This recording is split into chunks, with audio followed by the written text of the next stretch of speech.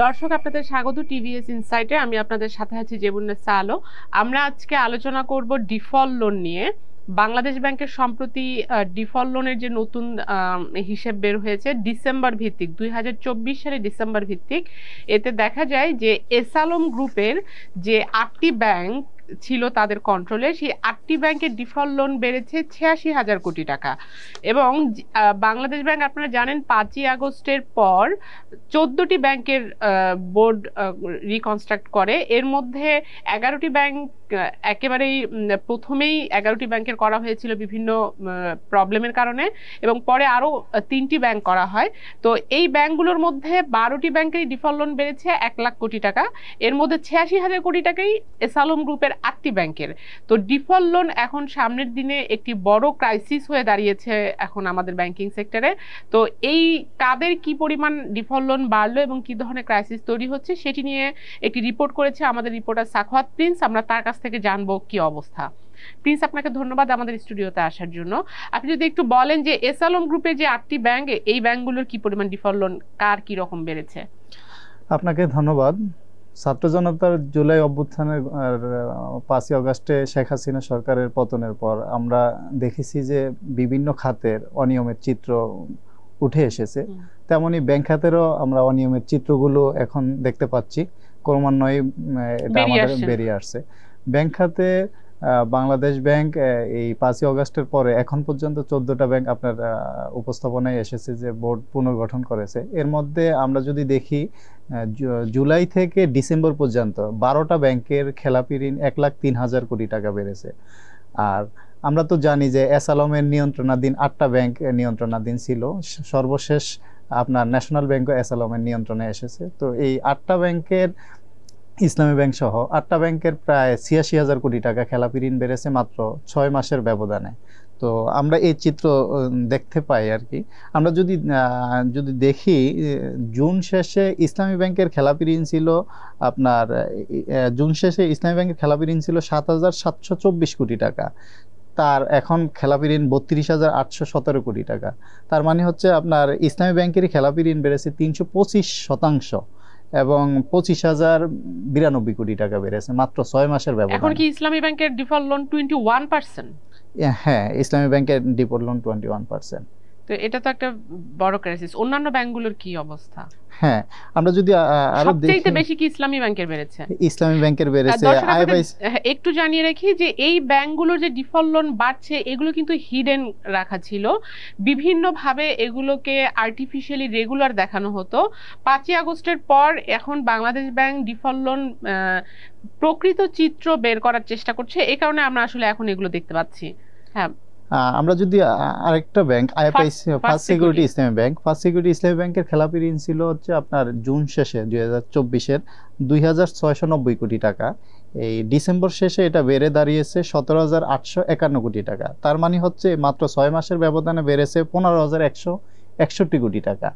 তো এরকমই আরো অন্যান্য ব্যাংকের চিত্র আমরা যদি দেখি যে আইএফআইসি ব্যাংক, এটা ছিল হচ্ছে যে সালমান এফ রহমানের নিয়ন্ত্রণে ব্যাংকটি ছিল। সালমান এফ রহমানের এই ব্যাংকটিতে খেলাপি ঋণ ছিল হচ্ছে আপনার জুন শেষে 3,756 কোটি টাকা, এটা ডিসেম্বরে বেড়ে দাঁড়িয়েছে 17,182 কোটি টাকা।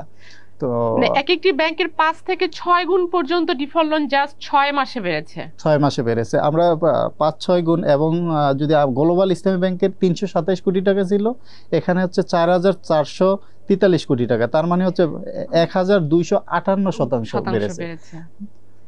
যে কারণে যে ছোট ছোট ব্যাংকগুলো লাইক গ্লোবাল ইসলামী ব্যাংক, ইউনিয়ন ব্যাংকের কি অবস্থা? হ্যাঁ, ইউনিয়ন ব্যাংকের ইউনিয়ন ব্যাংকের ডাবল না, ইউনিয়ন ব্যাংকের খেলাপি ঋণ ছিল হচ্ছে 1,046 কোটি টাকা, এটা হয়েছে 24,835 কোটি টাকা। তার মানে হচ্ছে 23,779 কোটি টাকা বেড়েছে।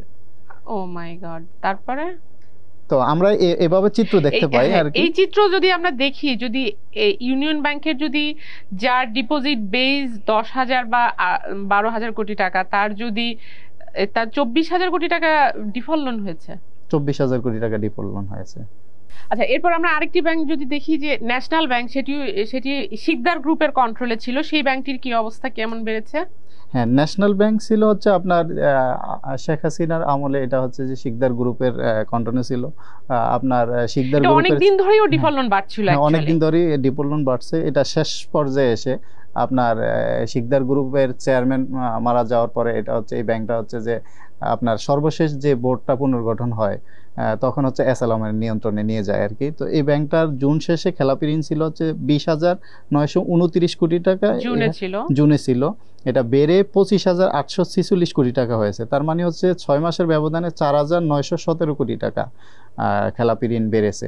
তো আমরা যদি দেখি যে আমরা ব্যাংকারদের সাথে কথা বলেছি, আসলে ইতিপূর্বে আমাদের যে খেলাপি ঋণের যে ডিসেম্বর ভিত্তিক তথ্য এসেছে সেখানে হচ্ছে টোটাল এখন ব্যাংক খাতের খেলাপি ঋণ হচ্ছে 3,45,000 কোটি টাকা, যা হচ্ছে টোটাল ব্যাংক খাতের ঋণের প্রায় 20%। তো আমরা দেখেছি যদিও আরও মাত্র আমাদের 6 মাসের ব্যবধানে ব্যাংক খাতে ওভারঅল ব্যাংক খাতে আপনার 1.5 লাখ কোটি টাকার মতন খেলাপি ঋণ বেড়েছে। তো এই বেড়ে যাওয়ার মূল কারণটা হচ্ছে ব্যাংকাররা বলেছেন যে এই ঋণগুলো প্রকৃত অর্থেই খেলাপি ছিল। এই ঋণগুলো হচ্ছে আগে রেগুলার দেখাতো, এখন হচ্ছে 5ই আগস্টের পরে এই ঋণগুলো হচ্ছে যে আপনার মানে যেটা খেলাপি ছিল এতদিন হচ্ছে রিপোর্টে হচ্ছে রেগুলার দেখাতে, এখন হচ্ছে যে কাগজে কলমে এটা মানে যে খেলাপি দেখাতে হচ্ছে। এটা একটা বিষয়। আরেকটা বিষয় হচ্ছে যে আপনার বাংলাদেশ ব্যাংক তো দীর্ঘদিন ধরে আপনার গ্রাহকদেরকে নানা ধরনের ছাড় দিয়ে আসছিল। আপনার যদি বলেন যে ওভারডিউ পিরিয়ড আপনার টার্ম লোনের, এটা হচ্ছে আপনার 9 মাস পরে ক্লাসিফাইড হইতো একটা ঋণ, যেদিন এক্সপায়ার করে ইনস্টলমেন্ট তারপরে আরো 9 মাস গিয়ে হচ্ছে এটা একটা ক্লাসিফাইডের প্রথম স্তরে হতো আর কি খেলাপি ঋণের। তো এটা হচ্ছে আইএমএফ এর যে বাংলাদেশের সাথে যে আইএমএফ এর 4.7 বিলিয়ন ঋণ চুক্তির অন্যতম একটি শর্ত ছিল হচ্ছে এই ওভারডিউ পিরিয়ড কমিয়ে আনা। তো বাংলাদেশ ব্যাংক প্রথমে হচ্ছে 3 মাস কমিয়ে এটা 6 মাস করেছেন। আগামী এপ্রিল থেকে হচ্ছে এটা 3 মাসে, মানে যে ওভারডিউ পরবর্তী 3 মাস পরে এটা খেলাপি হয়ে যাবে। তো ব্যাংকাররা আশঙ্কা করছেন সামনে এপ্রিল মানে যে মার্চ কোয়ার্টার এবং জুন কোয়ার্টারে 25-এর আরও খেলাপি ঋণ বাড়বে। এটা একটা কারণ আর কি, যে আপনার ওভারডিউ পিরিয়ড কমিয়ে যাওয়া, আর হচ্ছে আপনার ব্যাংকাররা হচ্ছে যে কয়টা ব্যাংক এর মধ্যে যে এসআলমের ব্যাংকগুলো, তারপরে হচ্ছে আইএফআইসি সালমান এফ রহমানের নিয়ন্ত্রণে ছিল যে আইএফআইসি ব্যাংক, এক্সিম ব্যাংক ছিল নজরুল ইসলাম মজুমদারের, তারপর ইউসিবি ব্যাংক হচ্ছে আপনার সাবেক ভূমিমন্ত্রী সাইফুজ্জামান চৌধুরীর নিয়ন্ত্রণে ছিল। এই ব্যাংকটারও ব্যাপক পরিমাণে প্রায় 3,535 কোটি টাকা খেলাপি ঋণ বেড়েছে। জুনে ছিল 3,300 কোটি টাকা, 3,300 কোটি টাকা, 6,848 কোটি টাকা এখন হয়েছে ডিসেম্বরে হয়েছে। তো আমরা যদি দেখি যে এখন পর্যন্ত যে চিত্রটা আসছে ব্যাংক খাতে যে খেলাপি ঋণের, যে আমরা বলি যে এসআলমের 86,000 কোটি টাকা বেড়েছে 6 মাসে, তো সামনে আরো বাড়বে। কি জন্য বাড়বে? আমাদের এই রিপোর্ট হয়েছে যে এসআলম হচ্ছে টোটাল 10টা ব্যাংক একটা আর্থিক প্রতিষ্ঠান থেকে 2,25,000 কোটি টাকা নিয়েছে। তো এর মধ্যে ইসলামী ব্যাংক থেকেই নিয়েছে হচ্ছে আপনার 1,05,000 কোটি টাকা। এই পুরো ঋণের তথ্যগুলো কিন্তু এখন হচ্ছে যে ব্যাংকগুলো কিন্তু রিপোর্টিং করে নাই, যে কি পুরোপুরি এখনো বেরিয়ে আসেনি, এখনো বের হচ্ছে এবং দুদকও এটা নিয়ে কাজ করতেছে। একই সঙ্গে যদি আমরা দেখি যে আপনার সালমান এফ রহমানের আইএফআইসি ব্যাংক সহ প্রায় 16টা ব্যাংক থেকে তার 50,000 কোটি টাকা, এর মধ্যে 25,000 কোটি টাকাই খেলাপি ঋণ।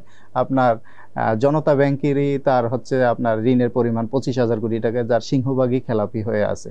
তো এই তথ্যগুলো যেমন জনতা ব্যাংকেরটা আসছে, আইএফআইসির পুরো অংশটা এখনো কিন্তু খেলাপি করে নাই, এবং অন্যান্য ব্যাংকের যে ঋণগুলো আছে এটা মানে যে অনেক দিন ধরেই ঋণগুলো পরিশোধ হচ্ছে না। যেমন আপনার দুদকের একটা রিপোর্ট যেটা হচ্ছে আপনার কোর্টের কাছে দিয়েছে রিট পিটিশনের পরবর্তীতে, সেখানে বলা হচ্ছে যে এই ঋণগুলো নেওয়ার পরবর্তীতে কখনোই এই ঋণগুলো পরিশোধ হয় নাই, দীর্ঘ সময় ধরেই পরিশোধ হয় না। তো এই ঋণগুলো খেলাপি হবে। তারপরে আপনার সাইফুজ্জামান চৌধুরী সাবেক, এবং এই ঋণগুলোতে বেশিরভাগই আমরা দেখেছি যে মানে বড়োয়ারের নাম ফেক, তারপরে মানে বেনামে লোনগুলো নেওয়া হয়েছে, মানে লোনের যে প্রধান যে বেনিফিশিয়ারি সে তো পলাতক, তাদেরকে তো আর পাওয়া যাচ্ছে না, এই লোনগুলো রিকভারও করতে পারছে না। হ্যাঁ, আমাদের এই রিপোর্টই এসেছে যে আপনার সালমান এফ রহমানের যে আইপিসিতে প্রায় 14টা বেনামি কোম্পানির মাধ্যমে 7,500 কোটি টাকা নিয়েছে, যার হচ্ছে অস্তিত্ব নাই। আমাদের একটা রিপোর্টে আমরা বলেছি যে 2টা চেয়ার একটা টেবিলে একটা এমন একটা কোম্পানি পেয়েছি, এবং হচ্ছে কিছু কোম্পানি পেয়েছি মানে যে আপনার সরেজমিনে যার কোনো প্রতিষ্ঠানই নাই।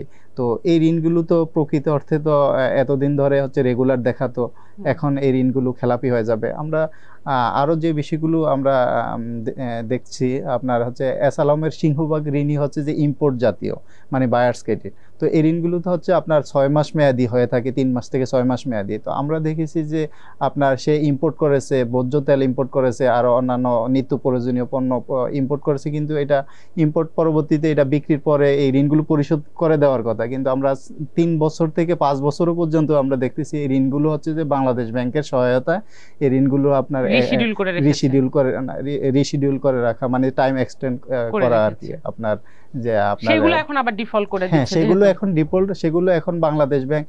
গতকালকে আমি বাংলাদেশ ব্যাংকের এক কর্মকর্তার সাথে কথা বলেছি যে রিসেন্টলি 8,000 কোটি টাকা নতুন করে পোস্ট লোন তৈরি করছে মানে যে ইসলামী ব্যাংক থেকে এস আলমের ঋণ। কারণ হচ্ছে এস আলম তো এখন ঋণ দিচ্ছে না, কিন্তু এই ঋণগুলোতে হচ্ছে আপনার ফরেন কারেন্সিতে হয়েছে। ফরেন কারেন্সিতে নির্দিষ্ট একটা সময় পরে, ধরেন 6 মাস সময়ের মেয়াদি ঋণ, 6 মাস পরবর্তীতে ঋণটা হচ্ছে যে আপনার পোস্ট লোন হয়ে যায় যদি সে পেমেন্ট করতে না পারে আর কি। এখন এই অবস্থায় রয়েছে। ধন্যবাদ আপনাকে আমাদেরকে সময় দেওয়ার জন্য। ধন্যবাদ। দর্শক, আপনারা দেখলেন যে এই যে ডিফল্ট লোনের পাহাড় গড়ে উঠেছে এই ব্যাংকগুলোতে, তাতে কি কি ক্ষতি হচ্ছে। একটা হচ্ছে এগুলোর এগেইনস্টে তাদেরকে প্রভিশন রাখতে হবে। প্রভিশন রাখতে হলে কিন্তু প্রভিশনটা রাখা হয়, অর্থাৎ একটা নির্দিষ্ট অ্যামাউন্ট যাতে সেফ সাইডে রাখা হয়, যাতে করে ডিপোজিটাররা যখন আবার টাকা তুলতে আসবেন তারা যেন সেই টাকা পান। অর্থাৎ এটা প্রফিট থেকে রাখতে হবে, ব্যাংক প্রফিট করবে, সেই প্রফিটের অংশ আগে প্রভিশন রাখতে হবে, ফলে শেয়ার হোল্ডাররা ডিভিডেন্ড কম পাবেন, এবং প্রফিট যদি না থাকে তখন তাদের ক্যাপিটাল ইরোশন হবে। তো এটা একটি বড় রিস্ক, এবং অলরেডি আপনারা জানেন যে মুডিজ আমাদের ব্যাংকিং সেক্টরের রেটিং কমিয়ে দিয়েছে এই ব্যাড অ্যাসেট কোয়ালিটির জন্য। ব্যাংকিং সেক্টর নেগেটিভ রেটিং হয়েছে, এর আগে কিন্তু আমাদের কান্ট্রি রেটিংও কমানো হয়েছে। সো এই রেটিংগুলো কমতে থাকবে, ফলে গ্লোবালি আমাদের ব্যাংকিং সেক্টরের রেপুটেশন খারাপ হতে থাকবে। তো এই ছিল আজকে আলোচনার বিষয়। দর্শক, আমাদের সঙ্গে থাকবার জন্য আপনাদেরকে ধন্যবাদ, এবং আমাদের প্রোগ্রামটি যদি ভালো লাগে তাহলে লাইক দিবেন, শেয়ার করবেন।